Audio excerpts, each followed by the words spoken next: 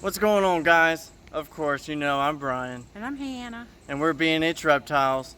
And today we've got a pretty cool video for you. Cue the intro.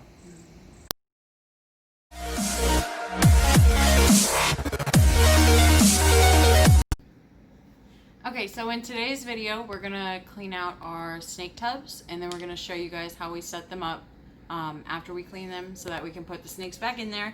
And then we're also going to do a short little feeding for Miss Bianca. We did also feed 2 other snakes today, but they were fed live, and we just weren't sure if it was a good idea to show that because some people don't like to see it. But we did record her frozen thawed feeding. And before we start that, we also wanted to give a couple shout outs to 2 different groups of people that sent us some really cool stickers that we're going to put on our incubator. We have Noodles and Tails, which is Chris and Sierra. They sent these awesome stickers, and they are just the coolest. And even their envelope has a cute little sticker to close it up with that looks the same. They're so cute. And then we also got a sticker and a magnet from Jose at Grab Your Balls, and those are absolutely awesome looking as well. One of them's a magnet. I mean, that's the coolest thing in the world. A magnet. Gotta get some of those.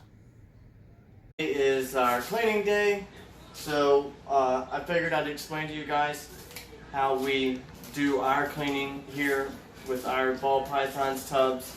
Last video we show you how we did it on our leopard geckos. Partially it's pretty much the same, but here we empty out all the old substrate, take a little bit of Dawn dish soap, spray it in there, get it all nice and soapy, and then I also take a little bit of the chlorhexidine solution, spray it in there, let it disinfect everything, make it all nice and disinfected, get any kind of germs or any bacteria or anything that might be in there, cause a problem. Take one of these old dish scrubbers, so that way I can get down inside the edges, get it all nice and clean inside these little creases everywhere, inside the air holes, because anything can, any kind of bacteria can live inside these small little places. So we basically, I scrub it out real good, and then I let it sit for a few minutes with, that chlorhexidine in there and that Dawn dish soap. Get it in there real good. Let it sit. And then basically I take just warm hot water in the sink and rinse it out. And that's basically just how I clean the tub. After we get this done, what I'll do is I'll show you how we put our substrate in there, what kind of substrate we're using, and then we'll go from there. So now that we got it all cleaned out, I take just basically a dry paper towel, rinse it out real good, get it all nice and dry, and then we'll go ahead and get the substrate in there. Alright, so now that we got our tub all nice and dry, it's time to go ahead and put our cocoa block in there. We're using Pro Cocoa at the minute because like a lot of people know, a lot of these vendors have been hit hard by this unfortunate COVID-19 stuff, and it took me a while to be able to come up and find some. Luckily I was able to find a guy here in Maryland where we live who had some cocoa block. It's Pro Cocoa, so at least it gives me a chance to try it out. I've only ever used ReptiChip, but it gives me a chance to try it out and see how well it works. So far it's done pretty good. So here we go. I'll show you how much I put in my tubs, and I don't use a whole lot. I put about 1 inch in the bottom of our tub because cocoa block acts as an insulator, so it can, if you use too much, keep your snake from being able to get a lot of heat on their belly and in the tub, from what I've learned. So I just put about 1 inch in the bottom of the tub, just so that way in case they still want to move it around and get more of that belly heat on them, I do that as well. So basically I have sorry about that. I have my tub here that I have my cocoa chip in, that I wetted it down, and it stays pretty moist. I mean, I haven't had any issues with it. I've got it in a tub that, you know, doesn't have any holes in it, but, you know, everybody knows cocoa block or cocoa husk is mold resistant. So I don't have to worry about any kind of mold or anything with that, which is a good thing. So like I was saying, I do like 2 or 3 handfuls, put it in the tub, in the bottom of the tub. I haven't had any issues with any of our snakes having issues or not being able to get heat. I check them all the time. So basically, that's about how much I put in there. You can still kind of see the bottom. And then I move, basically what I do is I will move this corner out over here for their water bowl. I'll put the water bowl there, and then their hide will sit back here. And we also in our tubs, what we do is we like to make it as naturalistic as possible. So I also put like the fake vine plants in them as well, just to give them a little more security. You know, the biggest thing with ball pythons is they like to feel secure in their enclosures and hidden and away from, you know, the world, because, you know, in Africa where they go, they're down in rodent burrows and stuff. So that's how we do it. I'll go over a little more in depth here shortly about how we set them up and how we make them look. I'll give you some examples after I get back inside the house and show you how we do it. So basically, here is the basic setup that we have inside their tub. Like I said, with the cocoa block, and then we give them a hide as well. I just basically doing it a little DIY style with their tubs and stuff. I just took an old Tupperware container and cut two slits in it, one in the front and one on the side, just to give them a tighter area and then a little, you know, bigger area. Basically what Dodger ends up doing, because this is whose tub we're doing, he basically makes like a little burrow underneath of his hide, and he'll be on one side or the other, or sometimes what he does, he'll even look like a little snake turtle, and he'll travel around his tub with his hide on top of him. It's actually kind of cool. And then I took his water bowl that we have here in the corner. I also cleaned that out with chlorhexidine and Dawn soap, and then just refilled it with fresh water. I use filtered water just because it, you know, I hear distilled water, you know, lacks the like some of the vitamins and minerals in it that, you know, they can use. So I use filtered water because I don't want to use just straight our sink water, because it, you know, it has a lot of chlorine and stuff in it, and luckily the filter filters out that chlorine and stuff in it. What's going on, guys? So yesterday was cleaning day. Today's a new day. It's Sunday, and it happens to be feeding day.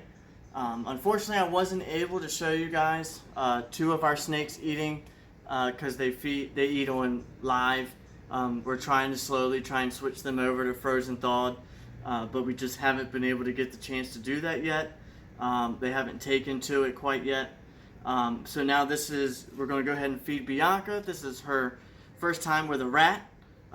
We switched her up and bumped her up to rat pups. So let's see how she does, and we'll go from there.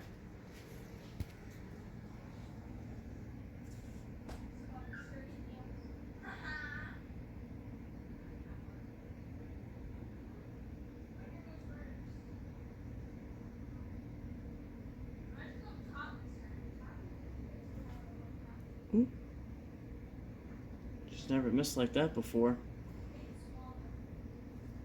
There she goes. Go.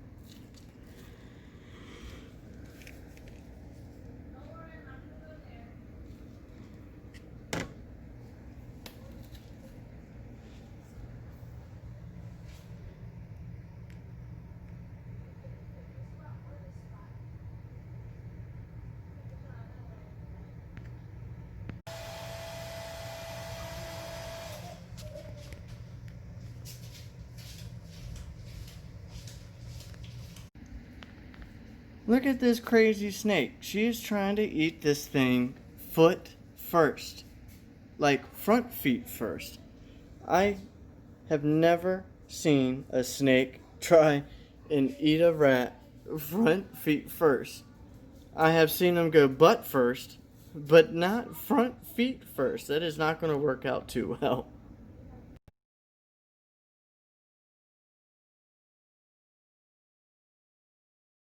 Alright guys, so we want to stop the video real quick and let you know of something that unfortunately happened while we were feeding our snake Bianca. It's something that's never happened to one of us before.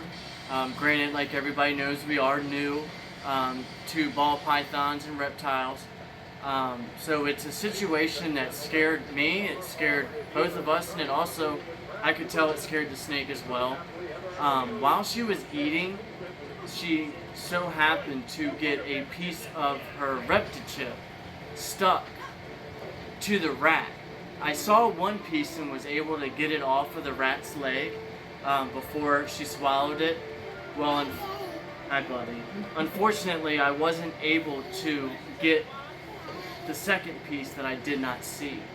Then all of a sudden, after she swallowed the rat, I noticed her gaping for air and starting to roll around like she was trying to get it swallowed, and I saw it in her throat. Immediately took her out of the tub or out of her tank, trying to see what I could do to help her. And being new, I've never ran into a situation like that before, so I didn't know what to do. So I want to give a huge thank you. Well, not I, but we want to give a huge thank you to Nick and Jules from Nivial Exotics. If it wasn't for them, I wouldn't have known what to do or how to help her. Unfortunately, at the point where when I got to the chance to call them, we were about at the point to open her mouth and get the piece of cocoa block out of her throat. But while talking with Nick on the phone and taking pictures and sending them to her, we were able to notice that she was starting to work the cocoa block down and get it down into her stomach. And of course she'd be able to, you know, digest it with the, stomach acids and stuff. But I want to give them a huge thank you. I'm going to put their links down in the description. Yeah, they have been so friendly and just so welcoming, and really a lot of the people that we've come in contact with have been super friendly. But I mean, we called them, they answered the phone, they told us, they kind of calmed us down, told us what we should look out for, and everything ended up being just fine. So we really appreciate y'all's help, and you guys go give them a follow on Instagram. They're really great people. And also, just real quick, our next video that we're going to do, we're going to talk about this wonderful community and program that we joined. It's called RIPS. It's Reptiles Integrity Protection Society. It's a wonderful program. It's all about making sure reptile keepers, the hobbyists, and breeders are treated fairly, and that they're treating their animals fairly, respectfully, and that also buyers, people who are out buying snakes, not just the people buying them for pets, but also breeders, making sure they're being treated fairly when buying snakes, and they're paying the right prices and not being overcharged for snakes. We're making sure that people are going to be taking care of their animals properly, not harming them or putting them in situations that they shouldn't be in. So like I said, our next video we're going to talk more in depth with that and about RIPS and more about what goes on with them. And we'll also put their Instagram down below, the RIPS Instagram, so that way y'all can go check it out and see what it's about, kind of. And like I said, our next video we'll talk more about that. So sorry we had to interrupt the video, but thank you. We appreciate it.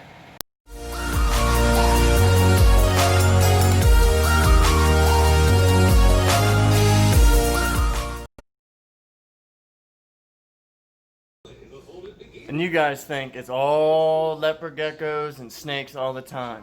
Sitting here cleaning stains from kids right by the snakes. Because unfortunately we don't have a snake room like some people. We got to keep them in our house because we don't have a lot of money and can't afford just a snake room for all of our animals. So no, now we gotta clean up stains because little kids want to make messes.